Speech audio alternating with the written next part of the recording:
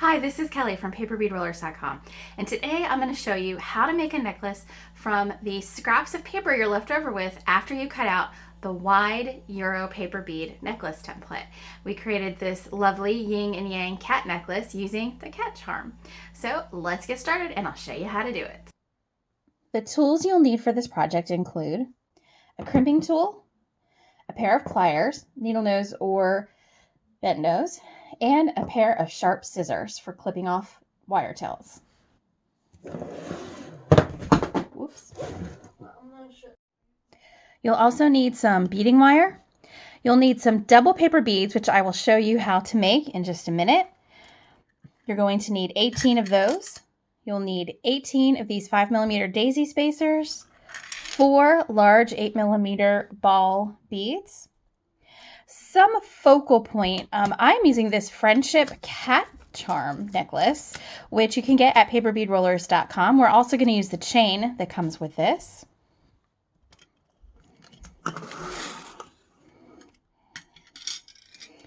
And then to make the beads, you'll need the paper strips, which I'll show you how to make.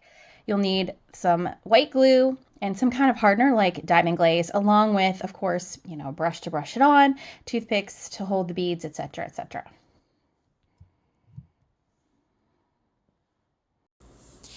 Here's what's left after I used the Brother Scan and Cut, or the Cricut, to cut out the Wide Euro paper bead template. Now, if you don't already have this template, you can purchase it at paperbeadrollers.com.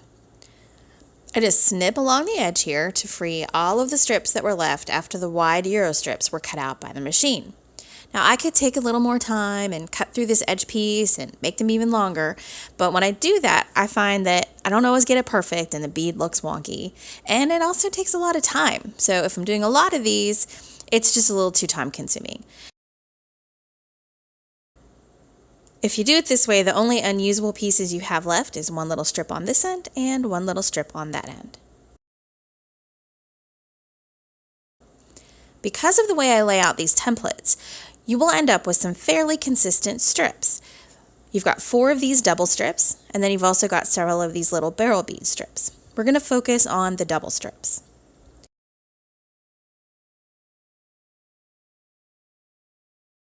I'm going to use the green paper bead roller, which is the smallest roller I sell at paperbeadrollers.com.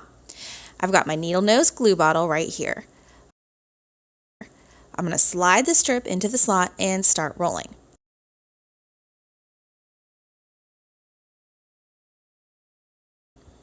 When I get to the split, I usually let one side flop around while I roll the other side.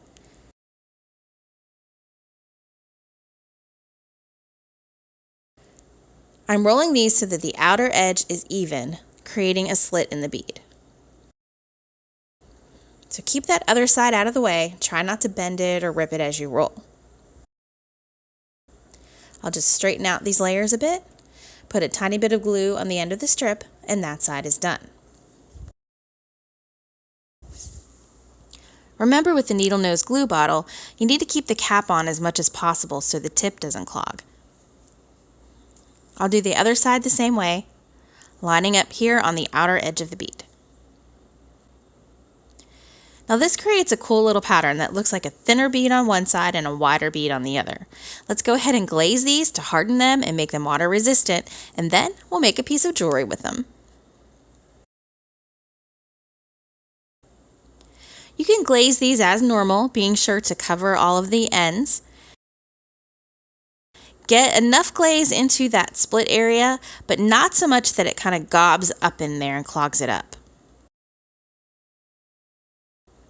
Today I'm using diamond glaze to glaze with. I'll finish up my beads with 2 coats and we'll make it a necklace.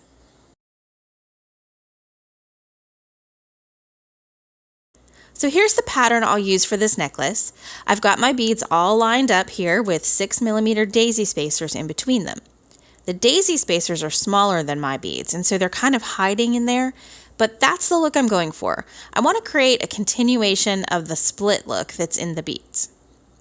You'll still be able to see the metal kind of glinting out from in there. I'm also using ball beads at each end. This will be where the focal point and the chain connect. The beads are not long enough to go all the way around my neck. Plus, when I put beads in the back of my neck, my long hair gets kind of tangled in it. So it's better for me to just put chain there. So we'll use chain to finish this off. For the focal point of the necklace, I'm using this black and silver cat friendship charm. Now originally this was meant to be a friendship necklace. You break them apart and you give one to a friend, right? It comes with 2 chains. I'm going to use this as the clasp for my necklace. I'll take the bales and chain off of the cats, and I won't have a clasp on my chain at the top. Now you can get this cat charm at paperbeadrollers.com. I'm going to carefully remove the bales from each of these. They're just a metal pinch bale, so it's easy to remove. I'll save this chain for use in other projects. Now let's string our beads. I'll cut a length of beading wire and fasten it to the cat. There's a perfect little hole here that I can string my wire through. Put on the crimp and loop the wire around.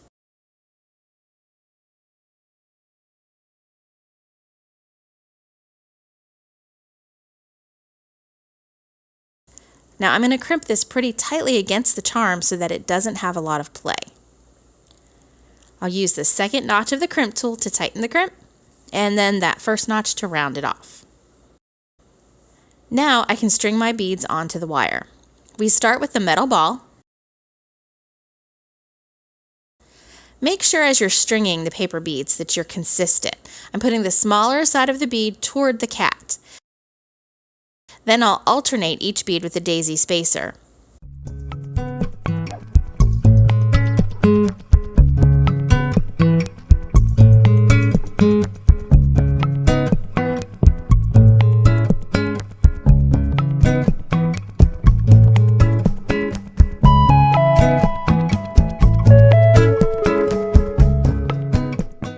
And we'll end with another round spacer bead.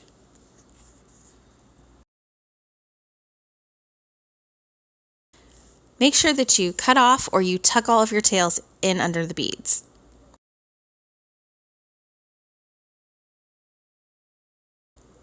Now we'll put the crimp on the end.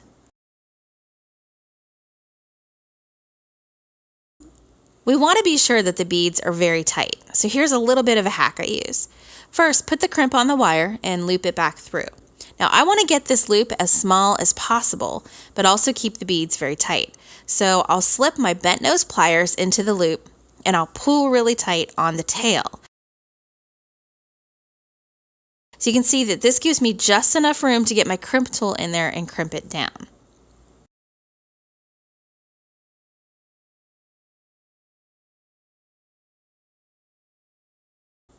I'm going to leave this crimp flat to help hold the spacer bead in place.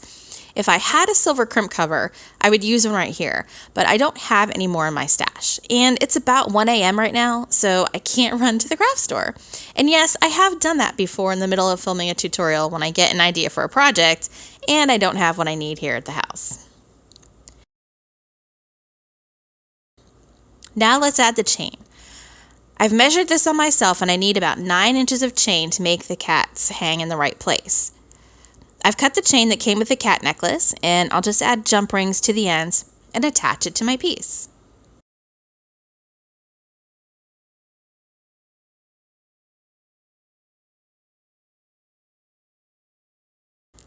Here, let me take off the extender piece and I'm going to save that for another project.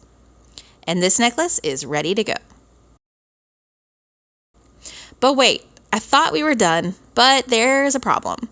Now I've worn this necklace for a few hours and unfortunately the cats are just not staying together very securely. That's just like a cat.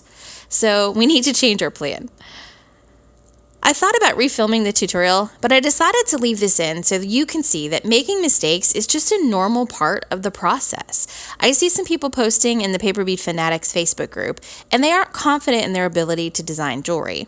Well, nobody is at first. I mean, making mistakes is a part of how you gain experience and learn what to do. So let's see how we can fix this issue. First, I'll go ahead and put a clasp on the chain. I'm just going to use a traditional circle clasp. I know I don't use those very often, but it'll work for us here. I'm going to cut the chain at the halfway mark. I'll use a jump ring to put the clasp on one side and a jump ring on the other side for the catch. Now, what to do with these darn cats?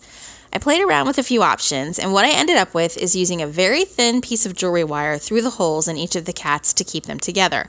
Now there's still some play there, they can still move around, but the entire piece won't come undone on me. So I'm going to wear this for a bit and see how it works.